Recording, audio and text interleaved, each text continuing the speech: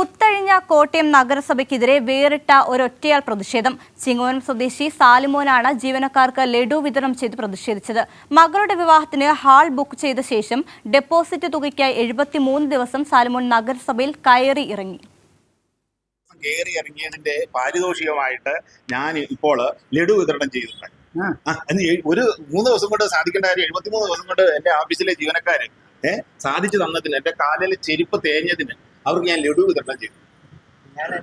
എന്നാ ചെയ്യണമെന്ന് ചോദിച്ചാൽ, ഞങ്ങളെ പോലുള്ള ആളുകൾ ഇത് അനുഭവം പറയുമ്പോൾ അച്ചായൻ എന്തിനു വന്നാൽ ഇവിടെ എന്ന് പറഞ്ഞാൽ കരമടയ്ക്കാൻ വരുമ്പോൾ മനസ്സിലാവും അവിടെ ഇപ്പൊ എന്താ നടക്കുന്നത്. അത്രയേ ഉള്ളൂ കേട്ടോ. അനുഭവം ഗുരു.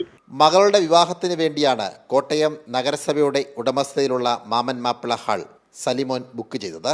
വാടകയും ഡെപ്പോസിറ്റ് തുകയും ഉൾപ്പെടെ 78,000 രൂപ നൽകി.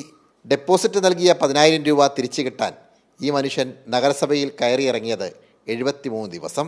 ഇതിൽ പ്രതിഷേധിച്ചായിരുന്നു വേറിട്ട സമരം. ഈ 3 ദിവസം കൊണ്ട് കിട്ടേണ്ട സേവനം 73 ദിവസം ദീർഘിപ്പിക്കുകയും എന്നെ ഈ ഓഫീസ് കയറിയിറങ്ങാനായിട്ട് സഹായിക്കുകയും ചെയ്ത എൻ്റെ ഇവിടുത്തെ ജീവനക്കാരോട് അകൈതവമായ നന്ദി, സ്നേഹം, കടപ്പാടും രേഖപ്പെടുത്തുന്നതിനായി ഞാനിവിടെ ലഡു വിതരണം ചെയ്യുകയുണ്ടായി.